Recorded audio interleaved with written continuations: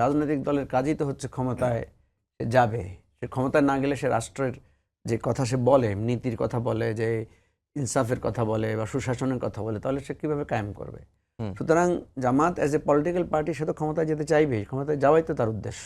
তাহলে ক্ষমতায় যাওয়াই তার লক্ষ্য না। বিএনপি আমি আপনি ভালো মনে করে দিয়েছেন, আপনার মনে থাকার কথা, আমি কিন্তু প্রথমেই বিএনপি এবং জামাতকে জোটবদ্ধভাবে নির্বাচন করতে বলেছিলাম। কারণ এরকম একটা পরিস্থিতিতে দীর্ঘ সময়ে জামাত এবং বিএনপি কিন্তু এই ফ্যাসিবাদ বিরোধী আন্দোলনের সঙ্গে ছিল, ফাইট করেছে তারা। এবং হাসিনার ফ্যাসিবাদ হওয়ার অন্যতম একটা কারণ এটাই যে বিএনপি জামাত জোটবদ্ধ থাকার কারণে তারা যতবার ইলেকশন আসতো তারা কিন্তু বিজয় হওয়ার সম্ভাবনা ছিল। হাসিনা এই ভয়েই তো নির্বাচন দেয় নাই।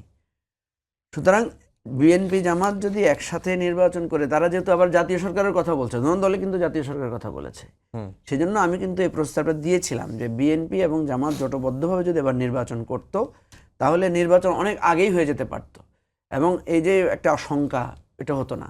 এখন আমার এই কথা শোনার পর অনেকে হাসাহাসি করেছেন, অনেকে আমাকে মানে খুব বুলিংও করেছেন, টিজিংও করেছেন যে তাহলে ইলেকশন আর দরকার কি, নিজেরা মিলে ঠিক। আমি না, তাহলে আমরা দাঁড়াবো প্রতিপক্ষ হিসাবে, প্রতিদ্বন্দ্বিতা করব আমরা, নতুন রাজনীতির যারা আছে আমরা একটা জোট আকারে দাঁড়াবো।